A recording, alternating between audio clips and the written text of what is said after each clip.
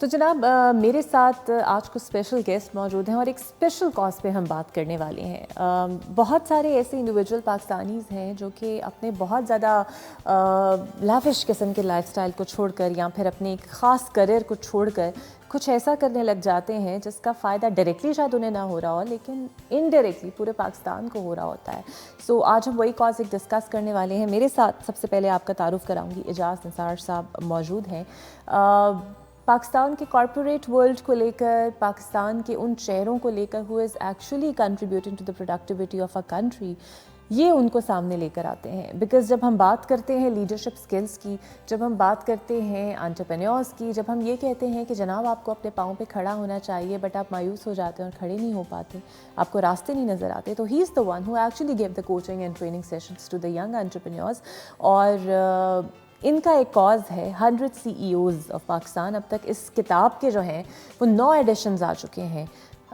یہ آج ہمارے ساتھ موجود ہیں. ہم ان سے پوچھیں کہ یہ کیوں کر رہے ہیں, آخر کیا وجہ پیش آئی اس خدمت, بیکاز ہم اسے خدمت حلقی کہیں گے, بیکاز اس لیے کہیں گے کہ اگر آپ پاکستان کے لیے کوئی پازیٹیو چیز کر رہے ہیں اور دنیا بھر میں وہ چیز جا رہی ہے, سو اٹس سم تھنگ کہ آپ واقعی پاکستان کا بھلا کر رہے ہیں. سو بہت شکریہ اعجاز صاحب آپ کا. جزاک اللہ. اور جناب ان کے ساتھ انہی کی ٹیم ممبر موجود ہیں, نازیہ خان صاحبہ, یہ کمیونیکیشنز اور PR ڈپارٹمنٹ کو دیکھتی ہیں اور یہ بھی وابستہ ہیں CEO کلب سے, اور چاہے یہ میگزین ہو چاہے یہ بک ہو جو میرے سامنے موجود ہے, بڑا انٹرلنکٹ رکھتی ہیں تمام لوگوں کو, اس ڈپارٹمنٹ کو. Thank you very much Nazia. اور ان کے ساتھ جناب موجود ہیں شفا اعجاز, یہ ملٹی میڈیا دیکھتی ہیں, سوشل میڈیا دیکھتی ہیں, اور جتنے بھی کنسرنز ہیں اسی کلب کو لے کر, بیکاز آج کل سوشل میڈیا کا جناب دور ہے اور لوگوں کو کنیکٹ رکھنا پڑتا ہے, سوشل میڈیا کے ذریعے اپڈیٹس دینا پڑتی ہیں. So she is the one who is handling it. آپ کا بہت شکریہ.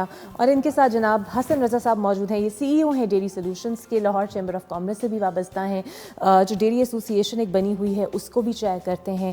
سو ویلکم ٹو دا شو سر, آپ کا بھی بہت شکریہ. تو سب سے پہلے اعجاز صاحب میں چاہتی ہوں سر آپ تھوڑا سا لوگوں کو بتائیں کہ کیا ہے CEO ٹوڈے اور کیا ضرورت پیش آئی کہ آپ نے اپنا ایک اسٹیبلش کریئر چھوڑ کر آپ اس کام پر لگ گئے.